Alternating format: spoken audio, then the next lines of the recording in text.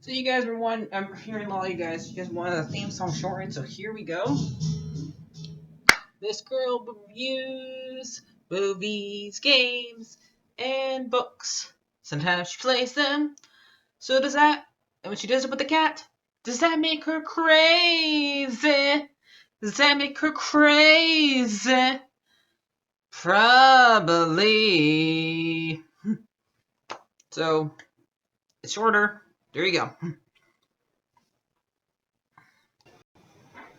Crazycatlady or Martha Butler does not own any trailers or pictures.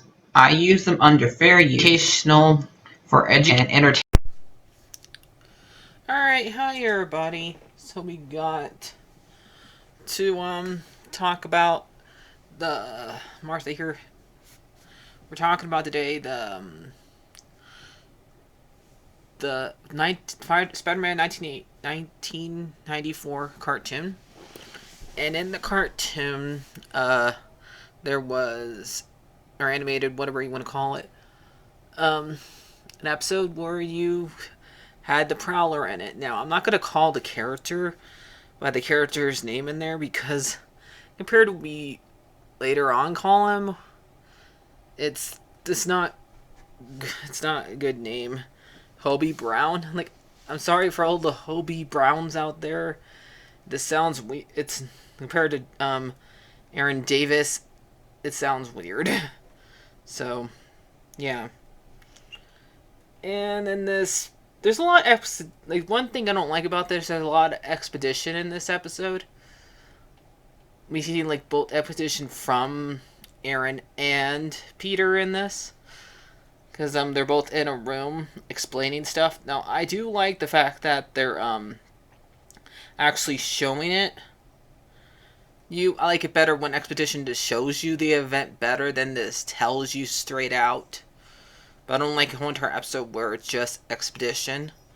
So, yeah, because you're just hearing both what's going on here. Because but basically happened here that Peter's just walking home after he bought a apartment, and he regrets doing it right away, and he gets captured after doing like a little run of being doing Spider-Man and realizing that he does not like the neighborhood he has MJ in, but it's New York. What are you gonna do?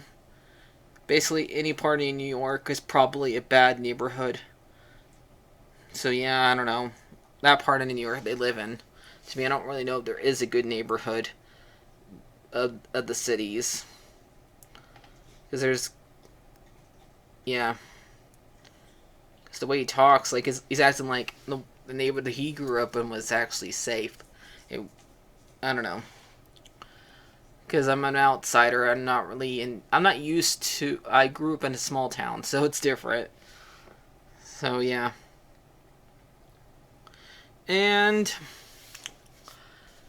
so he gets captured by Aaron here, and then Aaron explains to him his whole basically explains his whole entire situation, that he's part of a gang, and his boss is Icicle, and he wanted like he would cut for himself by keeping a necklace, and Icicle didn't like that, and so he like tried to get him taken to where he would get frozen or something like that to set like an example, and he like escaped from it, and eventually he ran off and to find his girlfriend, and his girlfriend does not like the life he's doing, so she wants to leave him, and so once he gets like arrested for taking money away from taking money away from Mary Jane, and Spider-Man stops him and he gets arrested, and he ends up saving while he's in jail, he ends up saving Kingpin's son, because somebody's trying to drop like a bunch of shelf of food and stuff like that on him, and so Kingpin was being Kingpin, being his worry of Nice, and get him out of jail, and so he can repay him. And obviously, when he repays you, he wants something for him, basically. And he ends up giving him a costume because Aaron wants power in order to get back at Icicle and be in charge. And so he gives him the suit, but he says no strings, but he's not going to care what he says. He's going to do the strings anyway. So yeah. And after he beats Icicle, he basically has to go and give that suit of his charge. Otherwise, it's batteries died, and he like shocks him to make him come back, and makes him like be in pain. And you can have no choice, and so this is where Aaron realizes that he has been duped, and after he pays him back for only reason why he let him have the suit because he didn't like how Icicle was behaving at the time, and he got out of control. So he wanted somebody to put him down and show his place. So he gave him the opportunity to do that. So yeah, and so this is when he goes to Peter, asking for Spider-Man for help. Because he knows that him and Peter and Spider-Man are connected because Spider-Man literally told him. And yet Peter forgot the fact that this is the guy who would have stealing from his wife. Like, who forgets that? Like, you forget. Like, the way this show's expedition, it's mixed into the set. The very first moment you see this guy, you should know that that's the guy that stole money away from your wife. Who forgets that? I don't understand that. That they just really don't think that through, but they just want to, the way this episode's set up, they have to have it set up so because the expedition works. So yeah, but if you put too much thought in it, you realize it doesn't make any sense. I like the animation in this, except for the computer parts are always set me off, because like, usually when it's just paper, and stuff like that, when the animation's like moving behind them, it looks so off. But I always have to remind myself, right, this is computer, that's paper. So yeah, it sets me off because I'm used to it being one or the other, or it actually mixing together well, but you can't tell it's either one. But this one, it can just totally tell. Computer time. Paper time. So yeah. And so yeah. This is when Peter realizes that he did that to him. And so Peter helps him get the shocking part off of him for a little bit, so they can actually work together. And he goes, "I'm the one to get Spider-Man," and basically, and they go get Spider-Man, and then they take down the Kingpin by going in there and taking, getting past him and using the suit so where he can no longer have the shock. But when the Kingpin gets through, he uses the belt thing that would make it blow up and like, so they wouldn't hurt him. But Peter is like stunned, so he's acting because they were trying to stun Prowler, and Peter took the shot for him. So yeah, and then they get home. They get out. So yeah, but he can't be with his girlfriend Angela because she already has a boyfriend who's actually a real boyfriend to her and gonna be her husband. So yeah. Okay, so now that's done with. Let's talk about the. I want to look up two things first before I rate this.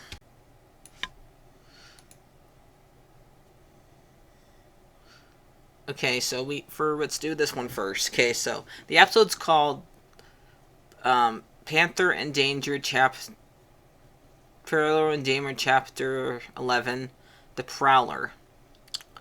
And so we have directed by Bob Richard.